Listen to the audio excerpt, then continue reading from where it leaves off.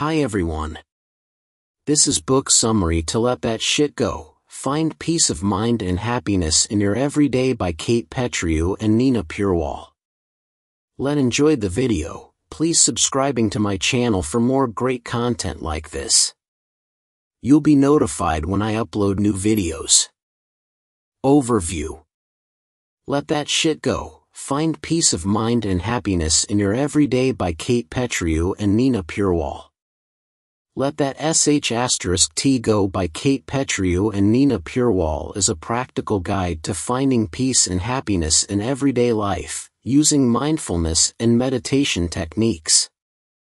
The book offers accessible language, practical exercises, and real-life examples to help readers manage stress, let go of negativity, and cultivate self-acceptance and forgiveness.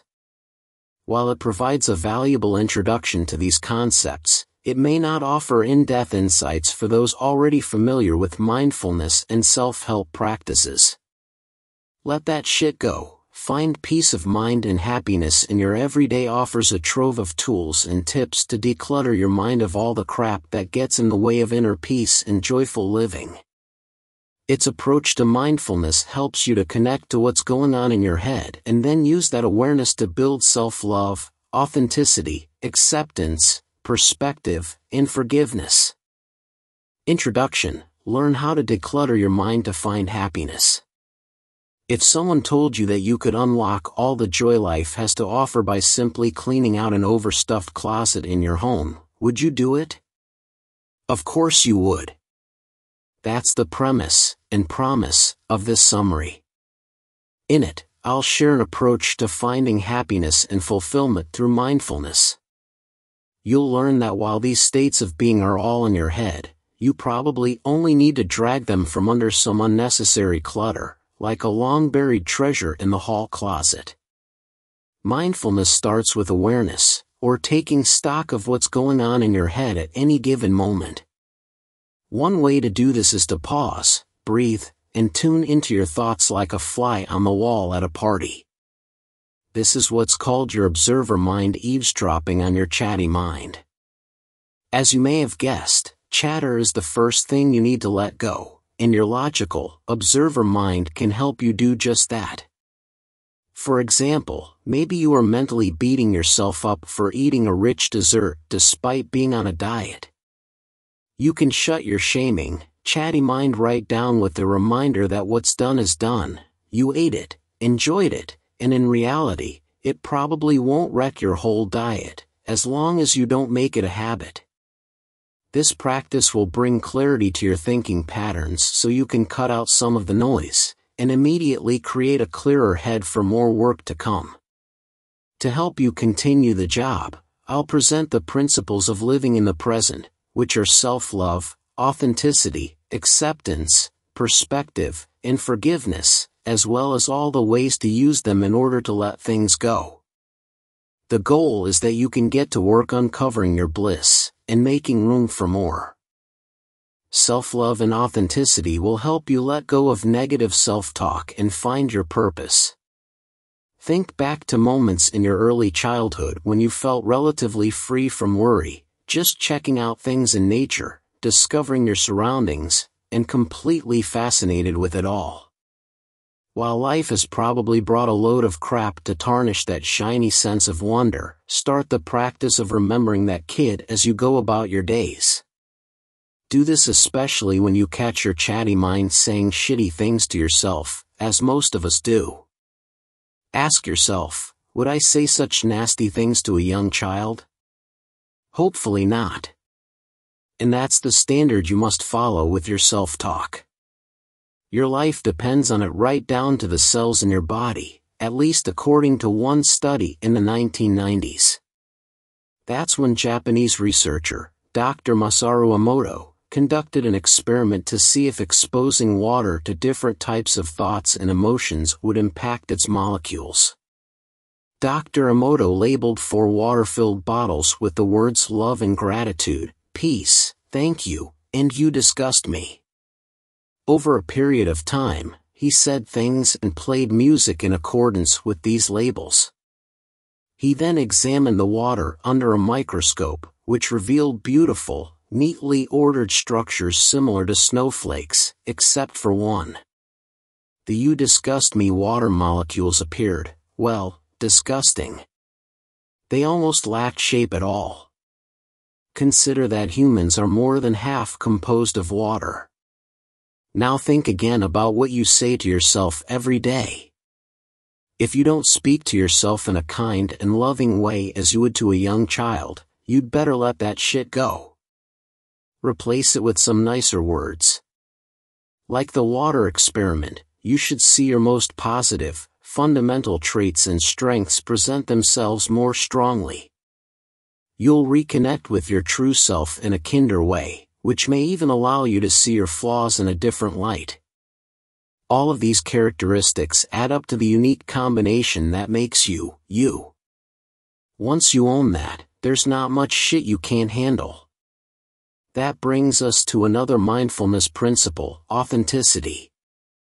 Confidence and clarity about who you are, what you stand for, and what you have to offer will transform how you show up in the world.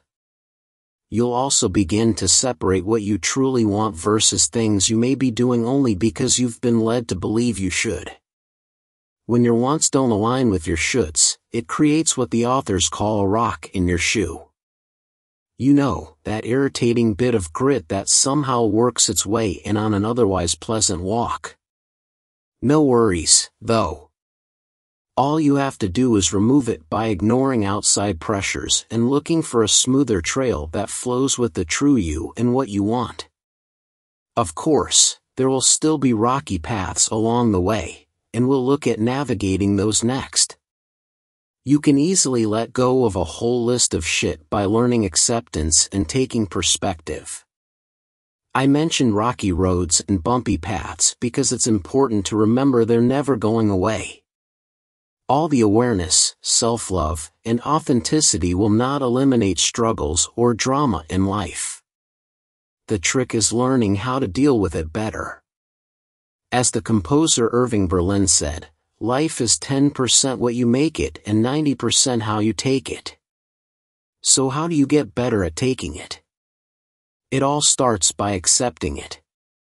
That doesn't mean denying natural emotions like anger or frustration when things or people are being difficult. Instead, acceptance helps you become a pro at how you manage your expectations and get real about what's completely out of your control. As for expectations, it's totally fine to envision how you want things to be, and no one is telling you to lower your standards. Keep them while building in some flexibility to allow things to not always go according to your plan, knowing they can still work out for the best. Next, you must also learn to see the difference between things you can and cannot control, and then act accordingly. Grab a sheet of paper or open your notes app on your phone. Make a note of 5 things that are annoying you, pissing you off, or otherwise stressing you out. Now, step back and consider which of these things are actually within your control. Is the weather just total garbage today? Cross it off. You can't do anything about that. Desperately need a vacation? You can plan one. Leave it. A beloved friend is sick. Cross it off. It definitely sucks, but you can't change that. Are you overweight? Leave it on your list. You can address that one. Get the gist? Remove thoughts about anything you cannot change from your worry loop. Of course, you should check in on your sick friend and carry an umbrella for a rainy day. Beyond that, thoughts should exit your brain the nanosecond they attempt to repeat themselves. Now, look at the list of what items remain and do some more whittling by adding the principle of perspective. Take a step back and view these problems in the bigger picture, and then reconsider how you feel about them.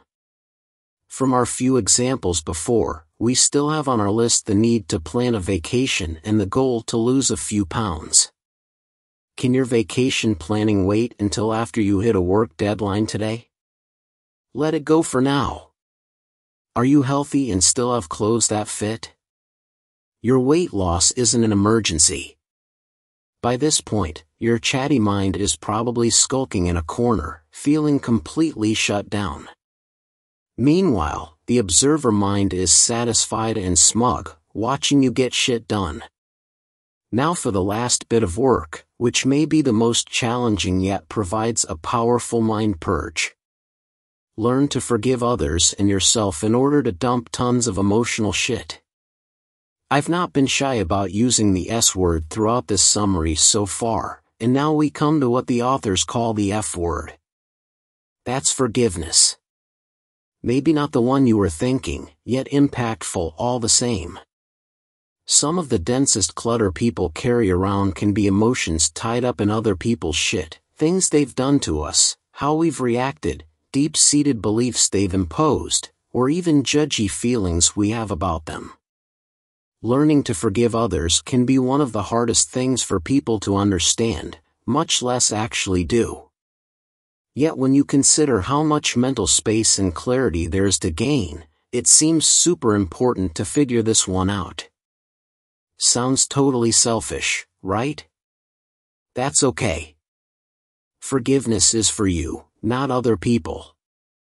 You don't even have to tell them, and in many cases, you shouldn't if the thought of speaking to them makes you feel a little sick.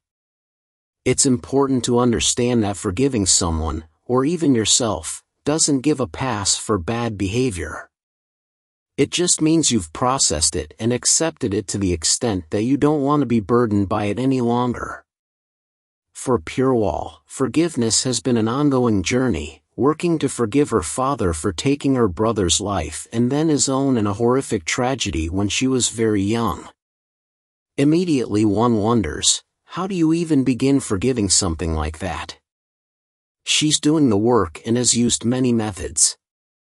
One powerful approach is to truly imagine yourself in the other person's position and even their place in time. In Purewal's case with her father, it helped her see patterns that pointed to him struggling with mental illness. She also considered how mental health was a more taboo topic for his generation, which likely contributed to him not seeking help. Obviously, this perspective didn't excuse the action but improved her understanding of what led to the devastating trauma she'd endured. While it can be hard to muster forgiveness for even far lesser damage, getting rid of as much of the energy associated with it makes room for more good in your life. And no one enjoys digging up this last list of shit, mainly because it may cause them to revisit the intense feelings associated with those events. Use what you've learned about self-love to be kind to yourself and take as much time as you need to work through it. Every little bit removed lets in more light and clarity, and you'll be glad for it. That begs the question, what exactly are you going to do with this beautifully tidy mind of yours? We'll explore that next. You can now put mindfulness to work in everything you do. Phew. Some of that work was probably tough, especially the last exercise on forgiveness. The rewards will be worth it, because you can now use your freshly built mindfulness to bring your full presence to every aspect of your life. By being mindful, self-loving, and authentic, you'll have better control over your thoughts, emotions, and actions in any circumstance or encounter. You'll give yourself grace while speaking from your place of truth. You can extend the same grace to everyone in your life, fully appreciating them for who they are.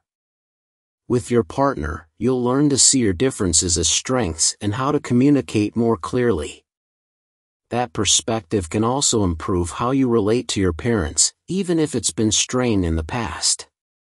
You'll have a new perspective on relationships with other family members and friends, having adjusted your expectations and released tendencies to change people. This perspective can also be applied to your interactions on social media, allowing you to view them in a more positive light and will reduce the tendency to feel jealous by comparing your life to others' highlight reels. It may even prompt you to share some realness that inspires and motivates people to be more authentic. Mindfulness practices help you to reframe almost all difficult situations by seeing people with more positive intent, understanding that most are making the most of whatever resources and knowledge they have. You'll have greater patience with your children and allow them to inspire you by seeing the world through their eyes more often. Even your pets will give you daily reasons to appreciate their pure love and uncomplicated ways. And of course, you can take this mindset to work, where it will help you emerge as a stronger teammate and leader by injecting a sense of peace into meetings, encouraging others, and staying focused overall by having cleared the clutter. The list goes on. You can add just about every other life activity from the gym to household budgeting. Lastly, while you've let a lot of issues go, you'll need to keep what you've learned as you go forward in life. To do that, try setting reminders throughout the day to pause and breathe. Even better, add a meditation practice to your routine. Remember that mindfulness is a practice, and one you can now enjoy with a clear, peaceful mind that's free of clutter. Summary. The path to happiness is mindfulness, or training yourself to be present in each moment, which can be achieved by decluttering your mind, getting rid of problematic thoughts. It starts with gaining an awareness of what's going on in your head, and then determining what can stay, what needs to go, and what requires replacing. Next, you can improve your self-esteem by adjusting your self-talk and reacquainting yourself with your core values. With the confidence and genuineness you have gained, you can gently adopt the practices of acceptance, perspective, and forgiveness to thoroughly declutter your mind and cultivate new thought patterns. With a transformed mindset, a powerful presence, and a sense of ease throughout your days, you will have remarkably more fulfilling experiences in every aspect of your life. Let That Shit Go is a self-help book written by Petriw and Nina Purewal, designed to help readers find peace of mind and happiness in their everyday lives. The book offers practical guidance and exercises to help individuals navigate the challenges of modern life, reduce stress, and achieve a sense of inner calm. The book is structured into several sections, each addressing a different aspect of life and providing strategies to let go of stress and anxiety. It incorporates mindfulness and meditation techniques to help readers live in the present moment and free themselves from the burdens of the past and worries about the future. The authors emphasize the importance of self-compassion and self-care throughout the book. Key concepts and techniques discussed in the book include: 1. Mindfulness meditation. The authors introduce the practice of mindfulness meditation as a way to stay present and reduce mental clutter. They offer step-by-step guidance on how to meditate effectively and incorporate mindfulness into daily routines. 2. Letting go of negativity. Let That Shit Go encourages readers to release negative thoughts, grudges, and judgments that weigh them down. It provides strategies to identify and release these burdens, promoting emotional freedom. 3. Acceptance and forgiveness. The book promotes self-acceptance and forgiveness as powerful tools for achieving inner peace. By letting go of self-criticism and forgiving both oneself and others, readers can experience emotional healing.